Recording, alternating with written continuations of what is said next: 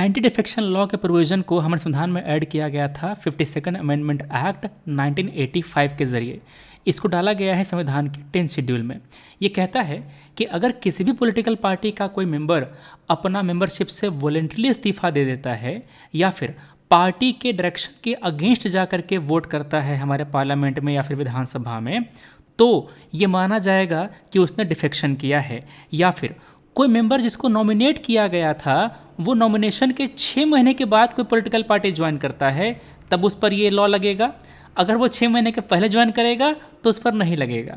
अगर कोई independent member election के बाद कोई पॉलिटिकल पार्टी ज्वाइन कर लिया तो ये माना जाता है कि वो इंडिपेंडेंट नहीं था, उसने डिफेक्ट किया है।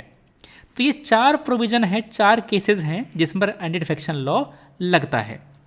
मगर इसमें एक्सेप्शन है।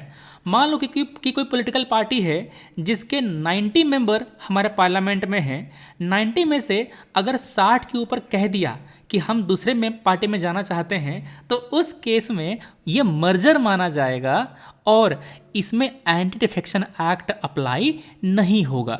अब समस्या ये है कि यहाँ पर स्पीकर डिसीजन लेता है कि एंटी डिफेक्शन एक्ट अप्लाई होगा नहीं होगा, क्या उसमें केस होगा, क्या जजमेंट होना चाहिए।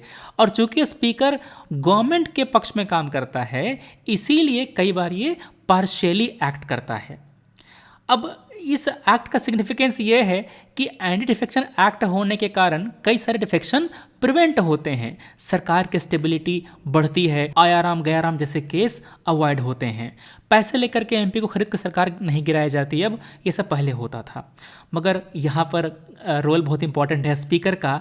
इसी पर सुप्रीम कोर्ट ने किहितो होलोहान केस में ये बताया कि स्पीकर का जो पोस्ट है इस केस में ट्रिब्यूनल की तरह काम करता है, और चूंकि ये ट्रिब्यूनल है इसीलिए स्पीकर का सारा जजमेंट जुडिशियल रिव्यू के अंदर आएगा। मतलब कि अगर स्पीकर ने किसी एमपी को डिस्क्वालीफाई डिक्लेयर कर दिया इस लॉ के अंदर, तो ये बातें जुडिशियल रिव्यू के अंदर आ जाएंगी। अब किहितो होलोहान के अलावा कई सारे और जजमेंट हैं, जैसे कि Sadiq Ali versus of election commission of India.